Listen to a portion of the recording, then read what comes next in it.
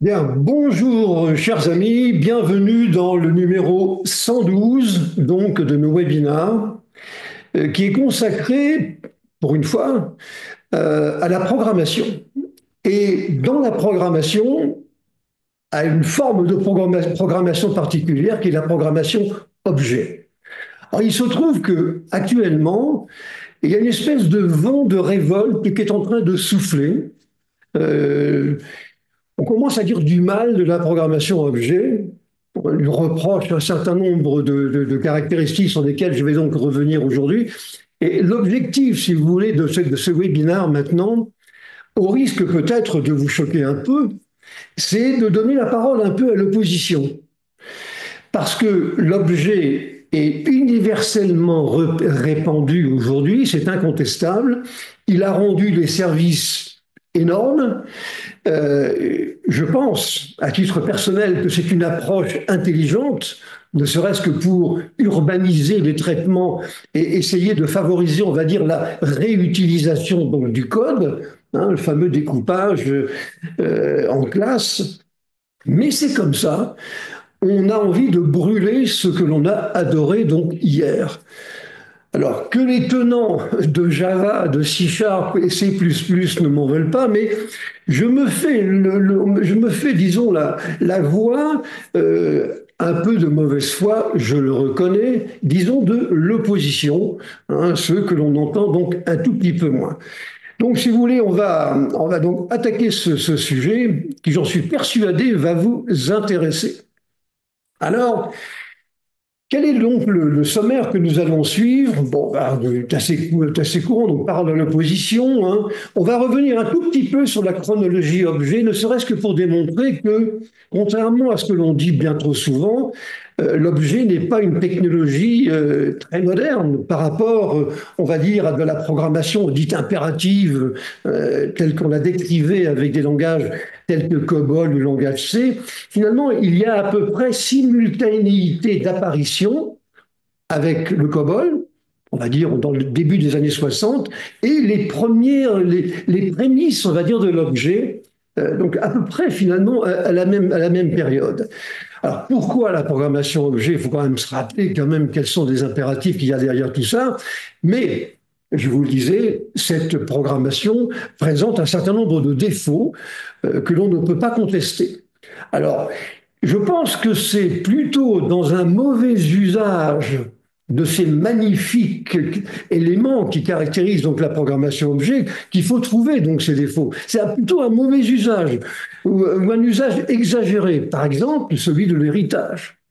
Alors vous avez des fous furieux de l'héritage, comme je le montrerai plus loin, qui vous font des cordes à nœuds avec une classe qui hérite d'une autre classe, qui elle-même hérite d'une classe, et vous avez comme ça 45 niveaux. Le problème que vous connaissez bien, c'est que le jour où vous avez un problème en maintenance, où est-ce que ça se passe? Disons que ce n'est pas évident d'aller retrouver la méthode qui pose problème. Donc, héritage, une arme dangereuse, l'encapsulation et la fameuse protection donc des États, qui effectivement est un avantage en termes de sécurité, mais qui peut poser aussi quelques soucis. Le polymorphisme, c'est donc cette capacité d'une classe de devenir une classe réelle au moment de l'exécution, hein. On a donc en Java, par exemple, on parlait donc d'interface, et à l'exécution, cette interface était donc transformée en une véritable classe avec de véritables données et de véritables méthodes. Donc ça, je ne suis pas certain qu'on ait tous bien compris l'usage que l'on peut faire donc de tout ça. Alors maintenant, on reproche également donc à la programmation objet de poser des difficultés en matière de tests unitaires. Et en particulier, également, c'est les difficultés du refactoring. Vous savez, le refactoring, c'est lorsqu'on revient sur du code quelque temps après. Alors, il y a des méthodes, par exemple, je citerai donc les méthodes agiles telles que Scrum, qui interdit de revenir sur ce que l'on appelle une histoire, à partir du moment où elle a été développée. Et donc, cette histoire, eh bien, si vous voulez la corriger, eh bien, vous créez une autre version de cette histoire. Sauf que, comme je l'expliquerai, statistiquement parlant, on sait à peu près que dans les 5 ans qui vont venir, il y aura probablement de l'ordre de 20% du code sur lequel il faudra revenir. Alors, si on vous interdit de revoir donc les classes qui sont sur la sellette, vous risquez d'avoir quand même un foisonnement donc, de classes dans lesquelles vous aurez du mal à vous y retrouver. Donc, le problème du refactoring. On reprochera également à la programmation objet, hein, la POO, la programmation orientée objet, de ne pas être déterministe. En gros, si vous voulez, le déterminisme, quand vous prenez, on dit que un langage est déterministe s'il vous fournira les mêmes résultats dans les mêmes conditions d'exécution. Bon, il n'y a pas que ça, mais pour nous, c'est surtout ça qui nous intéresse. On nous dit également que la programmation, et ça, moi, je suis assez donc attaché à ça, elle n'est pas très belle à regarder. Ah, ben, tout dépendra de la manière dont vous organiserez votre code. Alors, je trouve que c'est un petit peu de mauvaise foi que de dire ça, mais j'anticipe. Il ne faut pas non plus tomber dans l'excès contraire et ne pas, disons, lui reprocher tout et n'importe quoi. C'est un petit peu ce qui se passe. Maintenant, je vous rappellerai quand même, et vous serez, je pense, d'accord avec moi, qu'il y a un certain nombre d'erreurs et de maladresses courantes que l'on fait. Et je crois que la première, vous savez, moi je suis un vieux programmeur depuis très longtemps, je crois que la première maladresse, c'est que l'on se précipite sur le code parce qu'on a envie de voir ce que ça va donner. Hein. On ne réfléchit pas suffisamment, on ne modélise pas suffisamment, on se précipite comme des fous sur le code. Et évidemment, dans la plupart donc, des cas, il faut revenir sur ce que nous avons écrit. Et donc, ce n'est pas quelque chose de très recommandable. Il faut faire attention. Et puis, je terminerai en expliquant que finalement, aujourd'hui, la programmation objet, pour les langages, disons, qui sont nativement objets, hein, pas ceux qui ont été matinés de fonctions, si je puis dire, de fonctions objets, eh bien, les chiffres sont quand même favorables à la programmation objet parce que ces langages représentent aujourd'hui, en février donc 2025, représentent plus de 50% du code.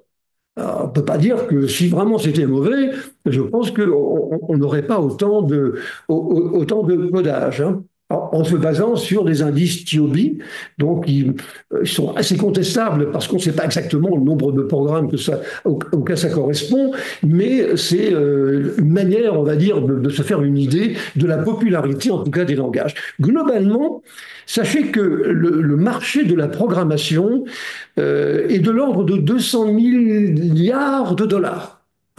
200 milliards de dollars, et il devrait atteindre plus de 300 milliards en 2034, c'est-à-dire dans quelques années, avec cette fois-ci un gros changement quand même, c'est une forte proportion qui sera donc dans le cloud. Alors, qui va écrire ce code? Ça, c'est une autre affaire. Peut-être nous, peut-être des prestataires dans le cloud, ça on verra. Mais ce n'est pas, on va dire, ce n'est pas un besoin qui va disparaître. Il y aura toujours des machines, d'autant plus qu'il y a de nombreux débouchés qui arrivent avec des nouvelles technologies. Je pense à la programmation des drones, je pense à la programmation quantique pour ceux qui sauront comment fonctionne la mécanique quantique. Mais je sais que parmi vous, il y en a qui ne sont pas d'accord sur cette affirmation parce que on peut programmer aussi sans nécessairement connaître le détail des technologies que l'on essaye d'automatiser. Bon, enfin, voilà, donc à peu près c'est de ce dont nous allons parler. Alors, donc, la programmation objet, donc, gros changement aujourd'hui, n'est plus tabou. Il y a 5 ou 10 ans, si vous aviez dit Java, ça ne vaut pas un clou, on vous aurait dit, bon, attendez, vous êtes ringard, il est temps que vous preniez votre retraite, vous n'avez rien compris.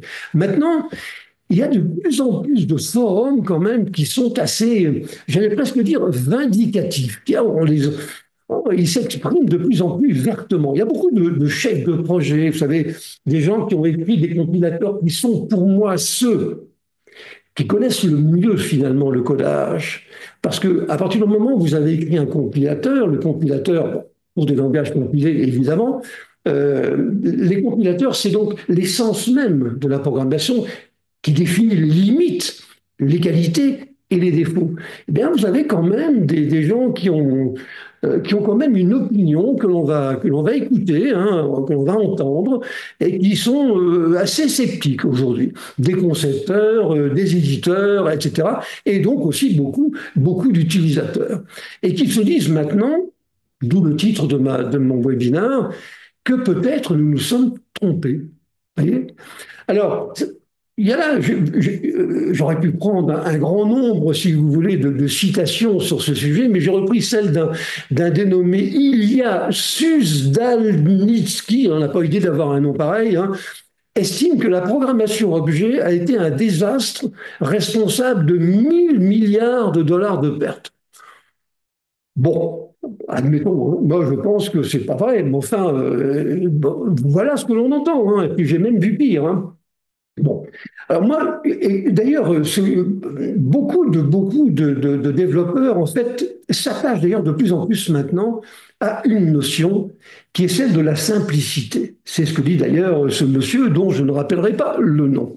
Et moi, je parle de ce, je partage ce point de vue parce que je crois que dans notre métier aujourd'hui, le métier de programmeur ou de développeur, eh bien, l'essentiel, c'est faire des choses qui soient simples. Or, la simplicité, c'est ce qu'il y a de plus difficile à obtenir.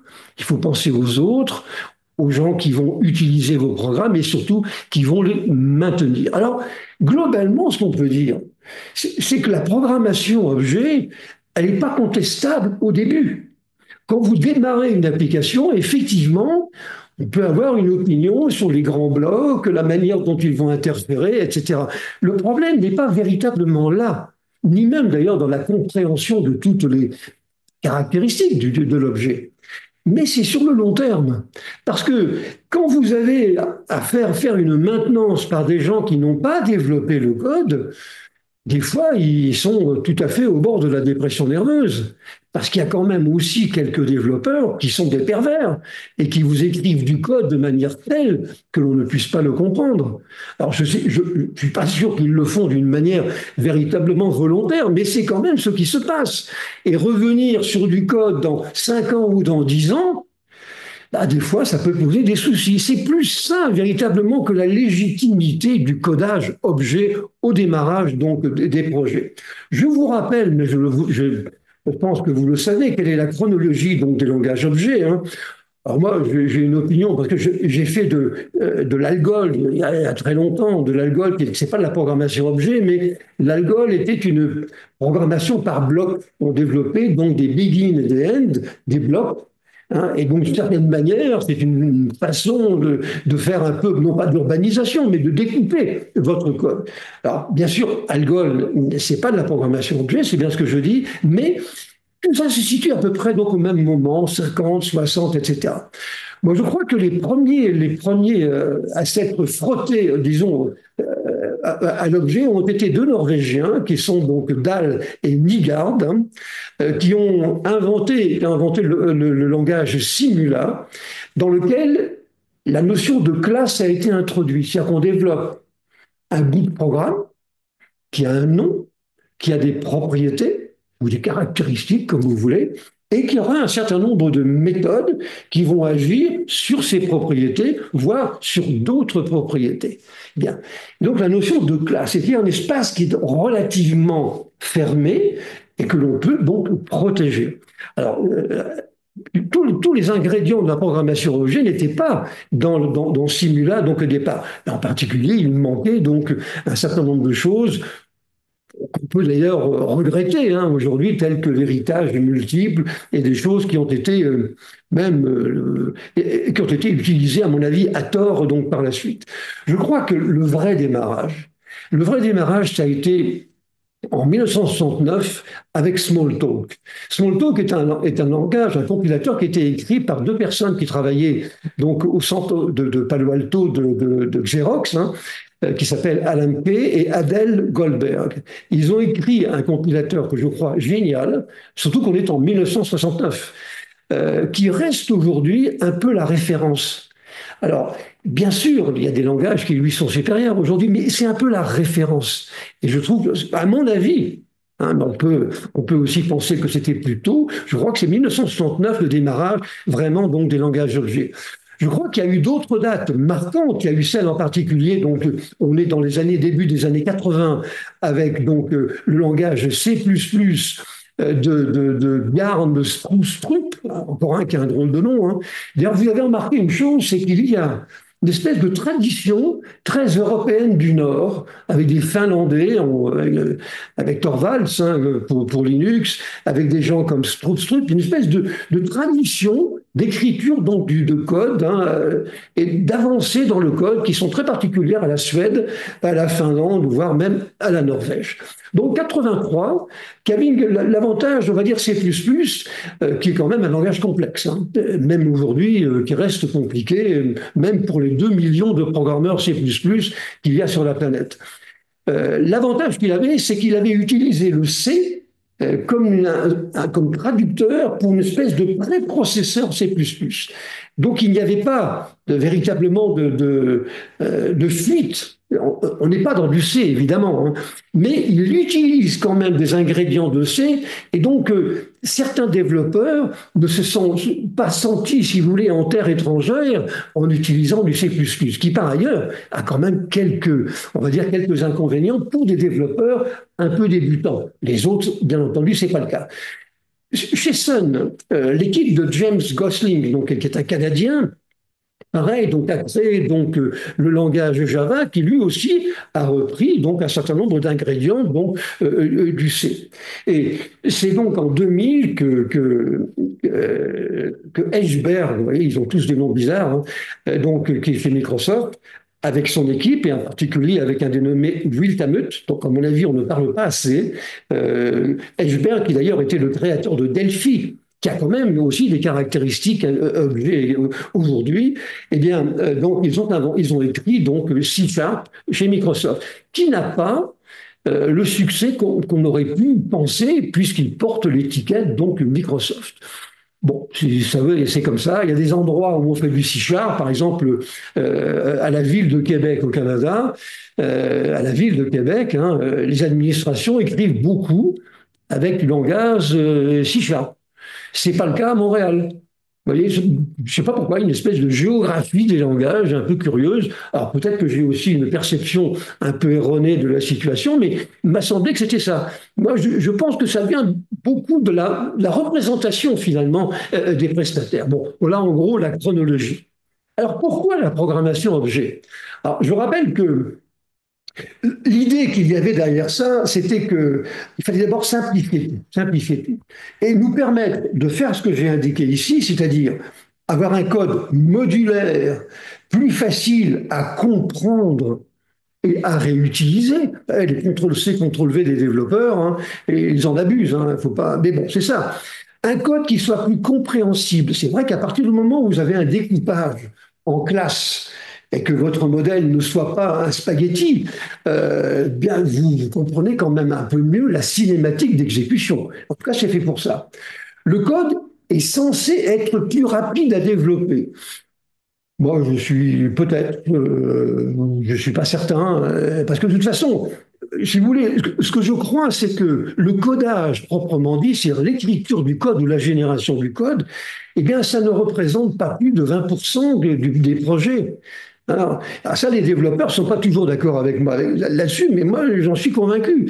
Il y a tous les aspects qualité après, il y a les aspects documentation, il y a les aspects convaincre l'utilisateur qu'on a réellement fait ce qu'il attendait. Vous voyez, le codage, ce n'est qu'une partie technique, vous voyez, mais je ne pense pas que ça représente plus de 20%.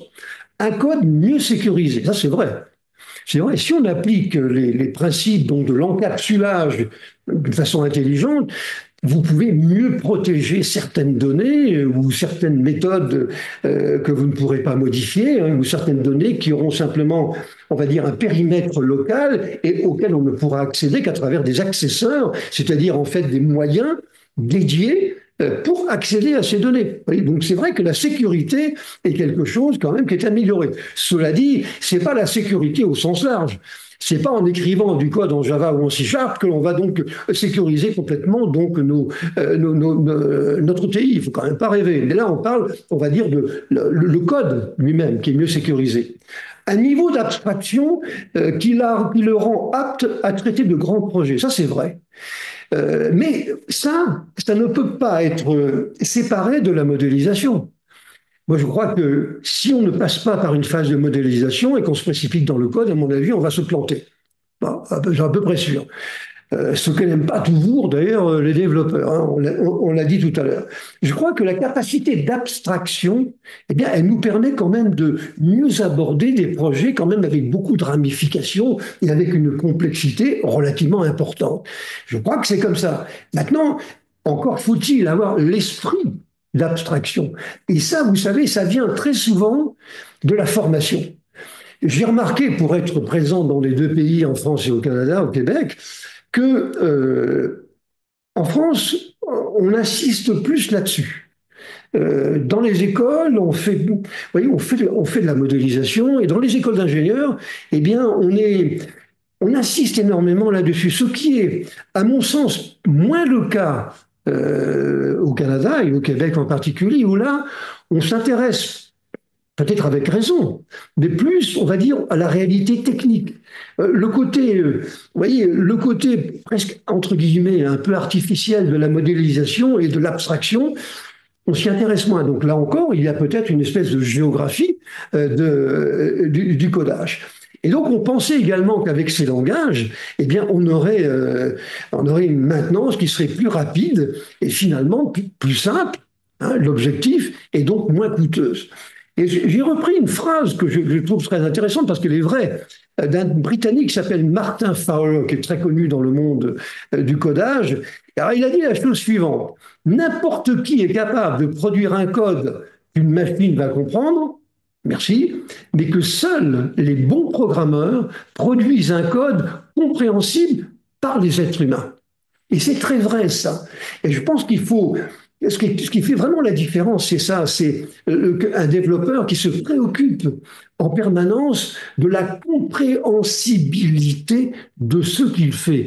Non pas pour son voisin de bureau, non, mais pour une personne qui arrivera dans 5 ans. Vous voyez, et moi je trouve que c'est une chose quand même qui fait un peu la différence. Les 4 grands éléments qui caractérisent donc les langages objets, donc l'encapsulation, hein, c'est l'abstraction, l'héritage, et puis le polymorphisme. Mais je vais revenir en détail sur ces différents aspects parce que justement, on leur reproche plein de choses. Alors je vais les reprendre point par point. Alors maintenant, il y a des défauts incontestables. Hein. C'est vrai qu'il faut être de mauvaise foi pour penser le contraire. Hein. Globalement, ce que je vois, pour avoir vu des milliers donc, de programmes, je trouve que les applications, elles sont généralement plus complexes. Hein. Souvent, alors je ne parle pas du début, mais après quelques temps, elles sont un peu plus compliquées à partir du moment où on va donc intégrer donc, des nouveaux aspects, des nouveaux besoins qui ont été exprimés. Et parfois, on a du mal à s'y retrouver. Peut-être parce que c'est pas suffisamment documenté, ou alors on a utilisé une chose, par exemple, qui est l'héritage multiple, hein, une classe qui hérite de plusieurs classes, plusieurs d'autres classes. C'est un peu le syndrome, si vous voulez, du pointeur. Autrefois, avec les langages de type C, par exemple, on pouvait utiliser les pointeurs, c'est-à-dire l'adresse d'une variable et non pas la variable elle-même. Mais vous avez là encore des fous furieux du pointeur qui vous font des expressions arithmétiques avec des mélanges d'adresses et des mélanges de contenu absolument incompréhensibles. Et le jour où vous avez un problème, eh ben, donc quand vous voulez décoder votre expression mathématique, ben, vous y passez donc beaucoup de temps. Eh bien, c'est un peu la même chose avec l'héritage multiple. Alors, vous me direz, beaucoup de langages l'interdisent, à commencer par Java. Mais en C++, par exemple, on peut faire de l'héritage multiple. Bon, on peut également dire que le monde réel n'est pas orienté objet. Vous voyez, par exemple, beaucoup de situations sont plutôt de type procédural, avec un début et une fin. Hein, vous voyez, top-down, on commence par un point, on termine par un autre. Alors que quand on est en objet, on est dans un réseau. On a des classes qui vont se parler les unes aux autres, qui vont se transférer des éléments, etc., etc. On n'est pas dans la logique, enfin pas tout à fait dans la logique top-down. Et le monde réel, de mon point de vue, mais c'est tout à fait contestable, hein, tout ce que je dis est contestable, eh bien, le monde réel, à mon sens, n'est pas véritablement lui-même orienté objet. J'ai remarqué également que il y a une grande diversité on va dire, dans la définition donc, des classes. Vous avez des gens qui ont des grosses classes, énormes, qui vous font une classe dans un programme. Alors là, je me demande à quoi ça sert la programmation objet. Et puis d'autres qui vous font des classes minuscules, hein, avec une méthode dedans et deux variables. Bon, peut-être faudrait-il réfléchir à un moyen terme. Bon, j'ai trouvé que c'était pas nécessairement, pas toujours très bien imaginé. Par ailleurs, l'allocation mémoire, les langages objets, donc comme tous les autres langages, vont s'installer donc en mémoire, ils vont mettre leurs variables, ils vont mettre, etc. La gestion de la mémoire, on a cru à un moment donné que l'automatisation, ce qu'on appelle les garbage collectors, c'est-à-dire un outil qu'on trouve, mettons, avec Java, eh bien, nous arriverait à résoudre tous les soucis, puisque c'est lui qui va se charger donc de nettoyer, on va dire, la mémoire. Je rappelle qu'un garbage collector, son travail, c'est de dire bah, tel objet qui est donc issu de l'instanciation d'une classe. Hein. La classe est une description théorique, l'objet c'est une description réelle, implantée donc en mémoire. Bah, il est possible qu'au bout d'un certain temps, elle ne sert plus à rien. Alors, si vous avez un foisonnement d'objets en mémoire qui ne servent plus à rien, votre système risque de se ralentir. Hein. Donc, il faut gérer ça. Alors, on peut le faire soit d'une manière explicite en disant j'ai utilisé tel instant, telle classe que j'ai instanciée, ça m'a donné un objet, et une fois que je l'ai utilisé, je le tue. Ça, c'est faisable. Hein. Il y a un certain nombre de langages qui permettent de faire ça. C'est donc, on va dire, une gestion explicite de la mémoire, comme on le fait donc en C++. Et puis, il y en a d'autres où, non, là, on passe par un tiers, un garbage collector. Écoutez, honnêtement, même si c'est vrai, on a fait quelques progrès depuis quelques temps, les garbage collectors sont rarement efficaces. Sont rarement efficaces, et non pas qu'ils sont mal écrits, mais c'est un problème qui est quand même sacrément délicat. Alors peut-être qu'aujourd'hui, avec l'intelligence artificielle, le fait qu'un objet, quand on se pose la question de sa réutilisabilité, peut-être que un algorithme d'IA pourra supposer que l'objet pourra être réutilisé en fonction, par exemple, du contexte. Ça, c'est vrai, c'est une bonne approche. Mais pour l'instant, on n'est pas encore tout à fait dans ce contexte-là. C'est-à-dire que, bon, pour l'instant, il reste encore assez, disons, contestable. Bon. Et on va dire que le choix reste encore aujourd'hui délicat entre on va dire, une gestion explicite de la mémoire et puis le garbage collector qui normalement fait le travail pour nous. Vous avez remarqué une chose d'ailleurs, c'est que les dernières versions de Java ont justement des garbage collectors qui sont beaucoup plus performants.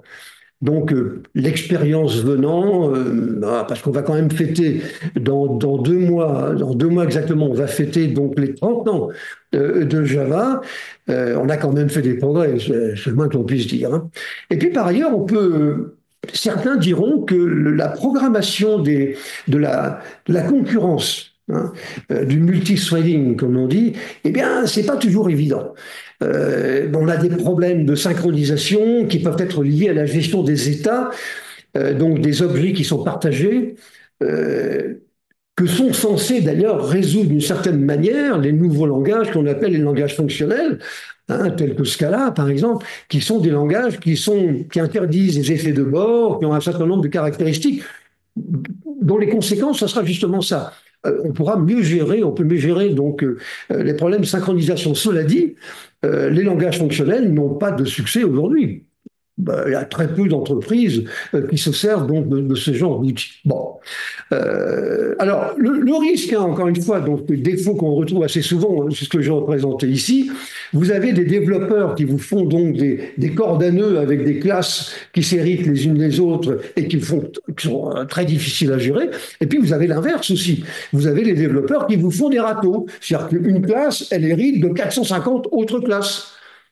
Là encore, il faut raison garder et il faut pouvoir trouver donc on va dire un intermédiaire entre ces deux solutions, entre le râteau donc et la corde à nœud. Alors Je vais donc passer en revue maintenant un certain nombre d'éléments. L'héritage, alors je les ai simplement résumés ici, hein. L'héritage, le polymorphisme, les méthodes et les références. Alors, méthode de référence, je le dis tout de suite. Je prendrai un exemple. C'est que nous recommandons, quand on fait de l'objet, d'utiliser les références, les méthodes. Quand vous avez une opération, quelque chose à faire, s'il existe une méthode pour le faire, ben, utilisez-la. Hein, plutôt que de réécrire donc du code. Alors je vais prendre un exemple qui n'est pas, qui n'est pas véritablement un exemple lui-même, hein, d'une addition. Donc, moi, il faut recommander d'utiliser ce qui existe en matière donc, de méthode et de référence. Le refactorisme, l'esthétisme, j'y reviendrai parce que je touche, je crois beaucoup à cela, l'encapsulation, bien entendu, les tests unitaires, le parallélisme, enfin des éléments qu'on a donc évoqués, et puis le fameux non-déterminisme, et on va les regarder un peu plus en détail. Alors d'abord, l'héritage. L'héritage, donc une arme d'une puissance redoutable, mais qui est quand même dangereuse, hein, parce qu'elle est quand même à double tranchant, elle se justifie tant que les classes sont proches du sans-état. Elles n'ont pas d'état. Et donc, mais elles se transforment en spaghettis dès lors qu'on va importer donc des classes externes sur différents niveaux. Là, c'est effectivement, ça devient une arme à double tranchant. C'est vrai, hein, mais cela dit, c'est quand même une grande avancée.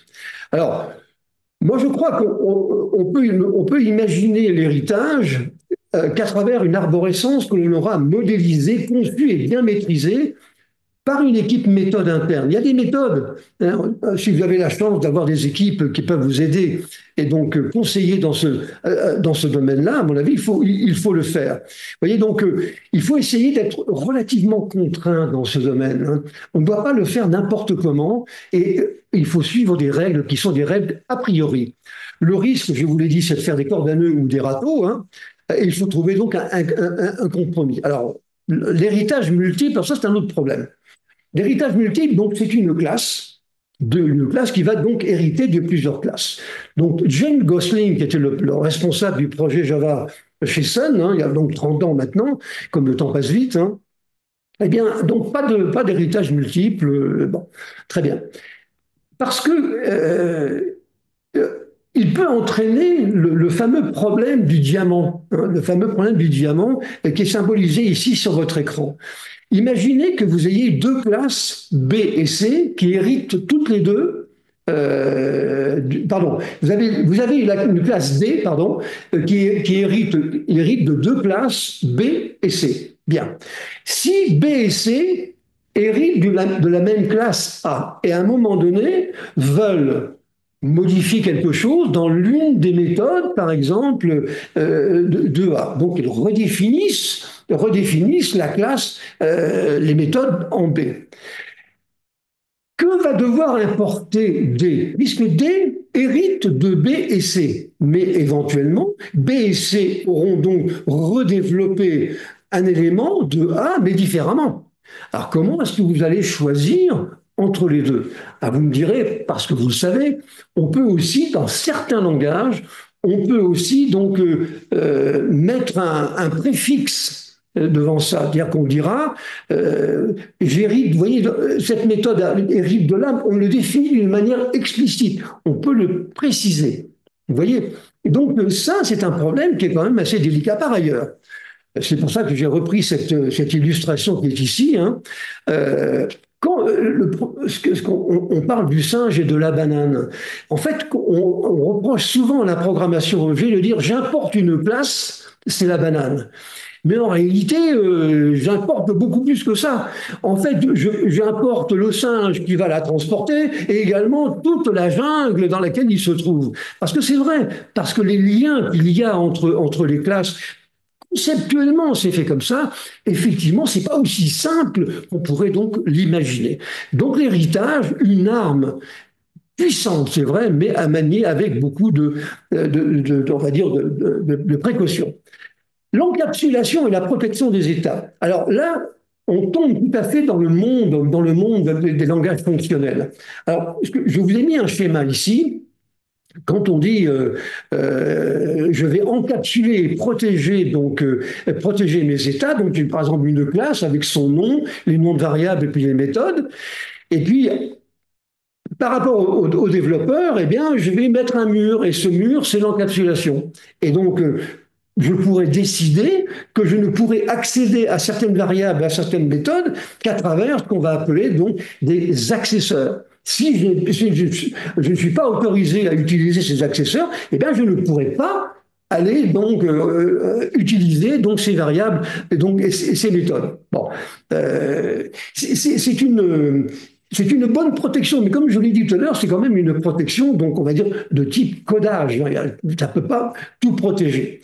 Alors, la complexité du code objet, donc moi je pense qu'elle vient largement de la capacité qui nous est donnée, donc on va dire de partager, hein, de partager donc des données.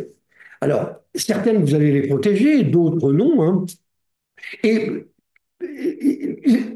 la difficulté également, c'est que pour notre cerveau, c'est assez difficile de comprendre en fait ce qui se passe. Notre capacité, on va dire, cervicale est limitée, comme le dit Dijkstra, à un certain nombre d'objets abstraits et un certain nombre, on va dire, d'états mutables qui seront superposés les uns les autres. Et donc, on a quand même quelques relatives limites. Alors, la solution au programme objet, ça sera de faire, on va dire, des petites entités de codage qui porteront sur, on va dire, sur un scope qui sera réduit. Si le scope est trop important, on n'a pas la capacité de comprendre. Parce qu'on n'est pas fait comme ça, on n'est pas programmé nous-mêmes comme ça. Et donc, on va dire un scope qui sera réduit, sans état, hein, et pur au sens fonctionnel. Donc, c'est-à-dire qu'il ne peut pas y avoir d'effet de bord, hein, donc ce sont des fonctions dites pures. Alors, une encapsulation exagérée, cela dit, peut rendre difficile l'accès aux données. Hein, et à certains comportements ou méthodes, hein, et donc ça rend le code plus difficile donc à réaliser. Alors, la plupart des langages objets ont un mécanisme qui leur permet de traiter l'immutabilité. C'est-à-dire, l'immutabilité, c'est quoi? Ça, on en parle beaucoup avec les langages fonctionnels. C'est le fait qu'une variable ne peut pas être modifiée. Si vous voulez la modifier, vous devez créer donc une autre version. Et donc, si une autre classe utilise cette donnée, si la donnée n'est pas immutable, elle pourra donc changer. Et peut-être que ça pourra entraîner des effets dans cette autre classe. Et c'est pour ça qu'on parlera d'effet de bord. Ce qui devient une réalité, mais courante, avec un grand nombre, lorsque vous avez un grand nombre de classes dans votre projet. Cela dit, vous avez aussi des façons on va dire, de biaiser et de contourner la difficulté, la complexité. Par exemple, en Java, vous avez la notion de final. Finalement, un final, c'est une forme particulière, de mon point de vue, hein, d'immutabilité, parce que dans une variable qui est dite final, eh bien, elle ne peut plus changer dans la suite du programme. Donc, c'est une façon de faire un petit peu la même chose. Alors, les opposants à la programmation objet, à qui je donne donc la parole aujourd'hui, affirment que l'encapsulation n'est pas une solution pour se protéger contre les dérives du partage des variables mutables. Voilà. C'est leur opinion et je crois qu'ils n'ont pas tout à fait tort. Ces gens-là n'ont pas tout à fait tort. Et que si vraiment on veut garantir l'immutabilité d'un contexte, un scope, eh bien à ce moment-là, peut-être qu'il faudra utiliser d'autres langages, tels que des langages fonctionnels. Le polymorphisme. Alors, le polymorphisme, j'ai dit la tragédie du polymorphisme. Bon, hein, le polymorphisme, hein, c'est ce que je disais tout à l'heure, on décrit une classe abstraite qui n'a pas de réalité, et au moment de l'exécution, donc on la personnalise, ça devient donc une classe réelle. Ici, j'ai pris un exemple, une figure devient donc un carré, un rectangle, un cercle ou un losange. Bon, alors, c'est quelque chose qui est apprécié, mais pas toujours compris. D'abord parce qu'on peut abuser de l'utilisation du polymorphisme, et c'est pas certain qu'on ait toujours compris réellement donc à quoi ça sert. Il faut donc se limiter quand même d'une certaine manière. Hein. Alors, les anti-PO toujours devraient se souvenir que les langages objets n'ont jamais eu pour vocation d'être dynamique, parce que ça, c'est quand même la caractéristique d'un langage dynamique.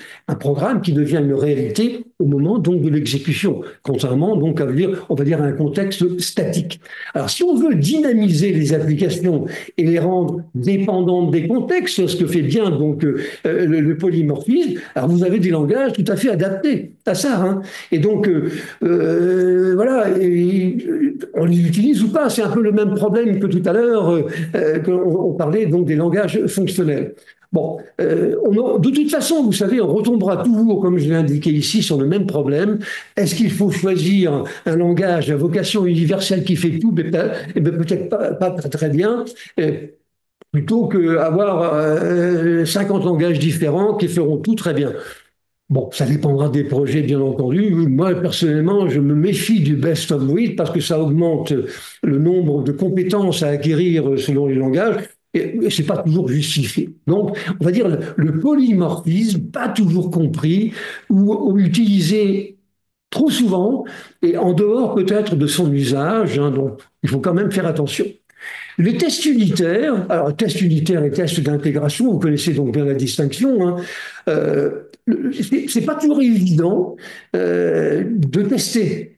D'abord parce qu'il faut, vous avez des dépendances. Alors si vous testez globalement, ça c'est une chose, mais si vous testez simplement une classe, eh bien, vous ne tenez pas compte donc des dépendances de cette classe, ça ne peut pas vous donner une information complète. Vous voyez, bon, vous me direz, c'est pour ça qu'on parle de tests unitaires et de tests d'intégration. Mais je trouve que la programmation objet, la manière que nous avons de créer donc des classes qui peuvent être autonomes d'une certaine manière hein, dans l'exécution, eh bien, c'est quelque chose qui pour les opposants, s'oppose d'une certaine manière donc aux tests unitaires. Alors, c'est pas un problème insoluble, hein, bien évidemment, mais disons que c'est pas toujours évident donc de le faire. Bon, il faudrait d'ailleurs admettre que pour les anti-programmation objet, qu'ils admettent qu'il y a aussi des plateformes de développement qui font avec beaucoup d'outils qui sont très bien conçus et qui permettent de nous aider dans ce domaine. Mais programmation objet, on peut lui reprocher quelques difficultés pour faire des tests unitaires. Le refactoring, alors le refactoring, je l'avais évoqué un petit peu tout à l'heure, hein, je vous ai dit que si on n'a pas la possibilité donc de modifier donc une classe, on est bien embêté parce qu'il faudra créer des versions nouvelles en fonction des événements qui vont se produire. Et je vous avais cité donc le cas de la méthode agile Scrum de Schwaber et Sutherland qui disent quand on a écrit donc le code d'une histoire, hein, une fameuse story, eh bien on n'a plus le droit d'y toucher. Alors bon, alors, vous me direz, dans les méthodes agiles, on prend ce qui nous intéresse. Hein. Ça, je ne l'utiliserai pas parce qu'une classe, de mon point de vue, devrait pouvoir être modifiée. Hein, voilà. Mais une méthode telle que Scrum, donc de Schwaber et Sutherland, donc ne l'autorise pas. Et il refuse de voir que 20% donc, du code doit être revu dans les 5 ans donc, qui viennent. Alors, il ne faut pas, c'est un peu le reproche que je ferai à Schwaber et à Sutherland, il ne faut pas avoir de position, on va dire, ayatolesque là-dedans. Il n'y a pas les bons et les mauvais, hein, c'est pas vrai. Il y a des cas où on peut effectivement se passer de faire du refactoring, mais peut-être des cas où on ne fera pas, où on le fera. Vous voyez, ça dépend. Il ne faut pas avoir d'attitude définitive et fermée à tout dialogue et pas d'attitude ayatolesque. Bon, alors, maintenant, vous faites bien sûr ce que vous voulez. Hein. Encore une fois, vous avez beaucoup d'outils qui vont vous aider donc à travailler correctement et à faire du refactoring sans avoir à multiplier, donc on va dire, les classes d'une manière anormale. Bon. On dit également que la programmation objet n'est pas déterministe. Alors, pourquoi? Parce qu'elle est un peu imprévisible. Alors ça, on tombe dans un monde qui me paraît effectivement très important. C'est que normalement, on parlait de complexité tout à l'heure. La complexité, c'est l'inverse, on va dire, du déterminisme. Le déterminisme, c'est de savoir à l'avance comment mon programme va se comporter. Alors que si vous avez des systèmes très complexes avec on va dire, des relations dans tous les sens, vous risquez de ne pas savoir ce qu'il en est. Or, justement, la programmation objet est un découpage en classes et donc il favorise cette prolifération, on va dire, de complexité. Donc, il s'oppose au déterminisme. Alors, le code objet, les opposants à la programmation objet n'hésitent pas donc à le dire, eh bien, est un code qui est non déterministe. Alors, vous me direz, il y a aussi des développeurs qui pensent à ça, à l'avance, hein. Mais normalement, donc, à mon avis, c'est un argument qui est quand même difficile à contrer. Alors, maintenant, on vous dit, mais alors, si le langage n'est pas déterministe, il faut passer chez les langages fonctionnels. Ben oui, mais sauf que les langages fonctionnels, dont je disais qu'ils ne sont pas encore une réussite, ne résolvent pas les problèmes d'une manière aussi efficace qu'on pourrait donc l'imaginer. C'est pas parce qu'ils sont fonctionnels que voilà. Donc encore une fois, le déterminisme de la programmation objet, ça tient donc à ce qu'il est difficile de prévoir son comportement et qui peut être donc modifié et altéré par des objets et classes donc externes. Alors, on nous dit maintenant que la programmation objet n'est pas belle à regarder. Alors on parle ici donc du code source, hein. On pourrait lui trouver des défauts, une mauvaise structuration, etc. D'abord, c'est une question d'esthétisme. Et chacun finalement a sa propre définition de l'esthétisme. Mais pour ce qui me concerne, disons que je retiendrai essentiellement deux ou trois critères. Le premier, c'est que, au premier abord, je dois avoir une compréhension à peu près, vous voyez, naturelle du fonctionnel simplement en regardant donc le code. Il faut également que la structuration avec une notion donc d'indentation soit la plus claire possible, hein. Et puis il faut aussi que les dénominations des éléments qui composent donc les classes soient quand même assez significatives et ne pas avoir des dénominations complètement farfelues auxquelles on ne comprend strictement rien. D'ailleurs, les opposants à la programmation objet présentent souvent ça comme argument. On dit, en prenant l'exemple de JavaScript, c'est vrai qu'il c'est pas véritablement l'archétype des langages objets, mais enfin, il dispose maintenant de fonctionnalités objets, en particulier l'héritage. Et bien souvent, on a vu dans du code JavaScript, on a vu des noms à rallonge absolument épouvantables qui suivent finalement la structuration des documents JavaScript. Bien. Alors ça, vous l'emmenez après partout dans votre programme. Bien. Cela dit, vous savez, il y a deux catégories de gens. Il y a des développeurs qui naturellement vont écrire du code qui sera propre et qui sera agréable à regarder, facile à comprendre. Et puis, on a d'autres qui ne pourront pas s'empêcher de faire des choses compliquées auxquelles on ne comprend donc pas grand-chose. Bien. Cela dit, c'est bien gentil de dire du mal, on va dire, de l'esthétisme éventuel d'un code objet, mais il suffit quand même d'aller regarder ce qui se passait il y a quelques années avec un programme COBOL. Imaginez une transaction ou un programme COBOL qui fait 50 000 lignes. Pas 50 000 lignes de procédure, mais 50 000 lignes au total, avec des go-to dans tous les sens. Je veux dire, si vous n'avez pas l'expérience et la compétence pour travailler sur un dump d'un vidage mémoire, vous ne vous y retrouveriez jamais. Donc c'est un petit peu, il faut pas se moquer de la programmation objet. On n'a pas toujours été tout à fait bon en matière, on va dire, d'esthétisme du code. D'ailleurs, le grand Albert Einstein donc, disait, si vous ne savez pas expliquer quelque chose, un concept, simplement, c'est que vous ne l'avez pas compris. Et je pense que c'est un peu vrai aussi pour le codage. Parce que si on n'arrive pas à exprimer dans le code quelque chose de simple, de bien structuré, c'est sans doute qu'on n'a pas bien compris ce que voulait l'utilisateur. Enfin, ça, c'est bien sûr une supposition. Alors cela dit, vous comprenez, à force de faire des critiques donc, sur la programmation objet, il ne faut pas non plus tomber dans l'excès contraire et ne pas revenir à 1830 au moment où l'écrivain Victor Hugo donc, avait publié sa célèbre pièce Hernani, ce qui a donné lieu à la bataille d'Hernani. Et donc, où les spectateurs se sont battus dans les travées, les pour, les pour et les contre, non, ça n'a quand même pas beaucoup de sens. Et il ne faut pas tomber dans l'excès contraire. Il y a des gens qui vous disent, la notion de classe, vous voyez, propriété, et puis donc, et les méthodes, ça n'a pas beaucoup de sens. Alors bon, ils disent qu'ils peuvent faire le travail directement. Alors ça, c'est la remise en cause, non pas d'un élément de la programmation objet, mais de l'ensemble de la programmation objet. Alors, ils peuvent nous reprocher, mais je crois que ce n'est pas juste non plus, de dire que le formalisme objet des méthodes peut être un peu, il peut lui arriver d'être un peu plus verbeux. Ça, c'est pas tout à fait faux, hein. Maintenant, c'est une manière aussi peut-être de faciliter la compréhension. Bon, je ne rentrerai pas dans ce détail-là parce que je crois qu'il faut être de mauvaise foi pour le dire.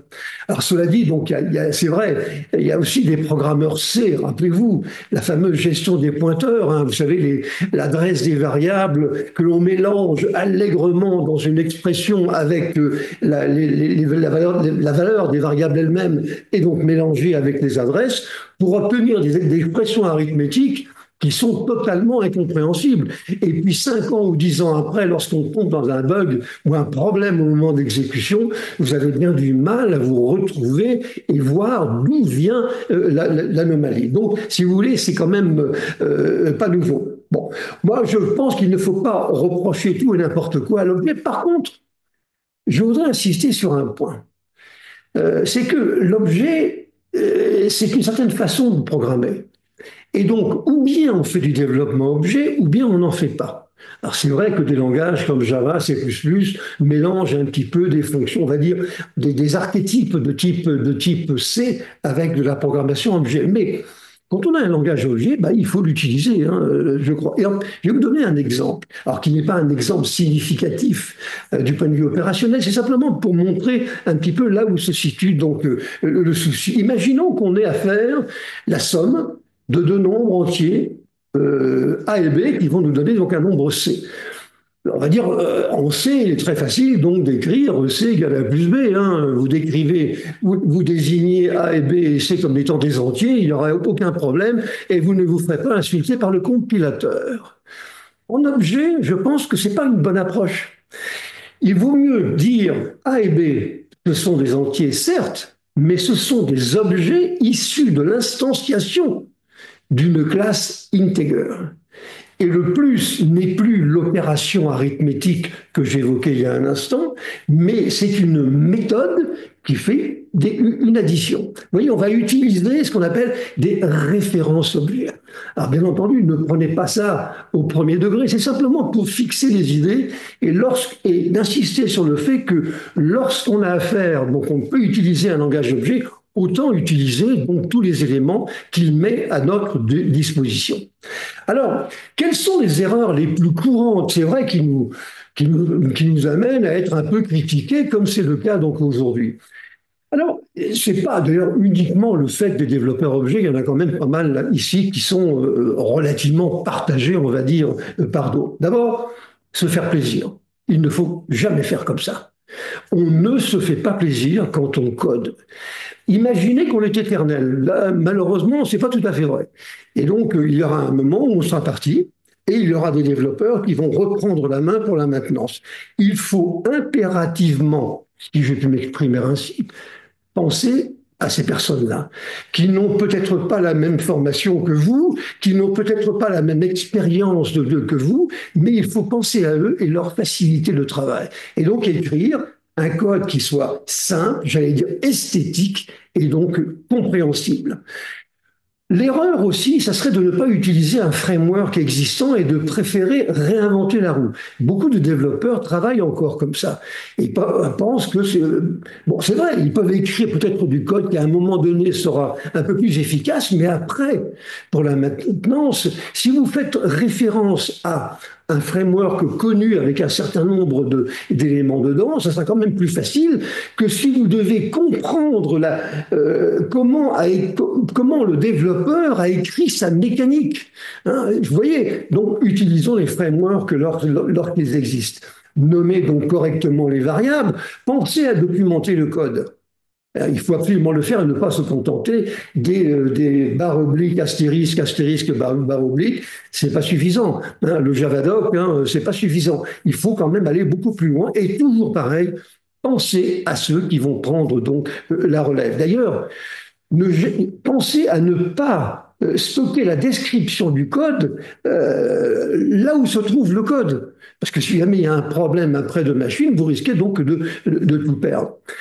Exagérer, voilà encore un défaut, l'usage du couper-coller. Alors c'est vrai que les développeurs aiment beaucoup ça. Coupe CTRL-C, CTRL-V, CTRL-C, CTRL-V, à l'intérieur du programme ou en prenant des morceaux qui sont ailleurs, et on retrouve des choses qui par moments sont un peu compliquées. Et pour arriver à ce que tout ça soit harmonisé, eh bien ça va nous prendre quand même beaucoup de temps. Ne pas abuser non plus des inputs clavier et puis des outputs à l'écran. Hein, je parle ici pour Java. Encore une fois, le codage, hein, ce n'est pas de la télé-réalité. Hein. On n'est pas là pour faire une... Bon. Abuser des variables globales, même si parfois c'est nécessaire, par moment, c'est un petit peu donc inutile et il vaut mieux utiliser donc on va dire les possibilités que nous donnent donc les langages objets dans ce domaine. Mélanger trop loin l'accès aux données, la gestion des interfaces et le fonctionnel. Ce sont trois domaines qui sont assez différents. Ce qu'il faut, c'est tendre à essayer de les séparer. Et malheureusement, beaucoup de développeurs, et on leur reproche comme si c'était une spécificité de l'objet. Non, c'est pas une spécificité donc de l'objet. Utilisez, lorsque vous avez encore la possibilité de le faire, des GoTo. Alors, on sait très bien que c'est une véritable catastrophe, mais c'est relativement plus simple hein, à imaginer, et donc ne pas utiliser cette instruction-là. Négliger la phase de test et accepter que ce soit les développeurs eux-mêmes qui effectuent donc les tests du code qu'ils ont écrit. Il ne faut jamais faire comme ça. Ce sont d'autres développeurs et surtout des utilisateurs qui vont tester donc le code qui aura donc été produit. Et d'ailleurs, la fabrication des jeux de test n'est pas faite par les développeurs. Elle est faite plutôt par les fonctionnels, par les usagers, donc s'ils acceptent de le faire, ce qui n'est pas toujours facile à obtenir. Ne pas avoir de politique de qualité, ne pas avoir de référentiel des règles fonctionnelles qui sont implémentées. Il faut se mettre dans la peau de l'usager et du problème qu'il a traité. Il faut s'imbiber de ses préoccupations. C'est ça notre véritable, on va dire, mission donc, de développeur. Ne pas penser à la dette technique, ça c'est embêtant. On dira, la dette technique c'est quoi? C'est la procrastination. C'est-à-dire que je remets toujours au lendemain ce que je pourrais faire le jour même. Eh bien, quand vous avez un problème à un moment donné, eh ben, il faut le traiter dans la mesure du possible, et si c'est faisable, et ne pas le remettre au lendemain, parce que peut-être que ça peut ne pas être une catastrophe, mais à force de s'empiler, la dette technique devient trop importante, et à un moment donné, paf, ça explose. Donc, il pensait donc à réduire donc cette dette technique. Et puis, essayer d'être le plus indépendant possible, on va dire, de l'environnement technique, le système d'exploitation, le navigateur, et ne pas faire comme le faisaient les développeurs autrefois du temps des mainframes COBOL, où, alors c'était les mainframes IBM, on écrivait du code et on utilisait, on va dire, des éléments qui étaient mis à notre disposition, en particulier des bandes OTKR, donc des outils qui permettaient de gérer donc les bandes, support des fichiers, en plus donc des disques. Sauf qu'après, quand il a fallu passer donc sur autre chose ou migrer, ben on avait une partie du code qui faisait donc référence à ces bandes OTKR qui faisait donc partie du code. Et là, on était coincé. Donc, essayez au maximum de se rendre le plus indépendant de ces blocs techniques. Je sais bien que ce n'est pas toujours donc facile, hein, mais il faut quand même tendre vers ça. Et je crois d'ailleurs que c'est l'une des missions du département méthode dont on a besoin, que d'essayer d'inculquer ce réflexe. Bon, vous voyez, donc c'est la valse des ne pas. Finalement, et donc je vais conclure ma présentation sur ces chiffres, hein, finalement, quand on y regarde bien, les chiffres sont favorables à la programmation objet. On est aujourd'hui en février 2025. J'ai repris donc les chiffres de l'indice TIOBI. Vous savez, ce sont les langages qui sont classés par le nombre d'accès aux moteurs de recherche les concernant. Alors, bon, j'ai repris les 20 premiers et j'ai décidé que tel et tel langage étaient des langages nativement objets et d'autres n'avaient que soit que quelques caractéristiques de l'objet, soit n'étaient pas objets du tout. Eh bien, aujourd'hui, l'objet représente 53,03% donc des développements. Alors, qu'on ne me dise pas que c'est pas bien, que c'est pas bon. Vous savez, s'il y a un tel succès, c'est qu'évidemment il y a des raisons. Hein. Les développeurs ne sont pas maso, hein. Ils ne cherchent pas à se faire mal et à développer des programmes qui sont impossibles à développer. 53,03%. C'est quand même assez important. Voilà, donc voilà ce que je voulais vous dire. Hein. Donc, je vous convie bien évidemment donc prochainement à un webinaire sur la 6G, hein, qui est la 6G, donc les réseaux cellulaires mobiles à très très haut débit, avec une forte implantation d'ailleurs du cloud dans les infrastructures 6G, avec des vitesses qui sont absolument colossales. Et nous verrons et la semaine suivante, on parlera de typologie de données, mais cette fois-ci parce qu'il y a une évolution très grande du côté de ces données, mais cette fois-ci, du point de vue, tout au moins perçu, on va dire, du point de vue des langages. Hein, comment les langages perçoivent donc les données et avec quelques typologies. Voilà, c'est que ce dont je voulais vous parler. Alors, on va dire, la programmation objet, ça fonctionne, ça marche très bien. Soyons de bonne foi dans notre façon de travailler et vous verrez que tout se passera très bien. Laissez-moi vous remercier pour votre attention et j'espère vous retrouver nombreux, comme d'habitude, lors de notre prochain webinaire. Merci, à bientôt.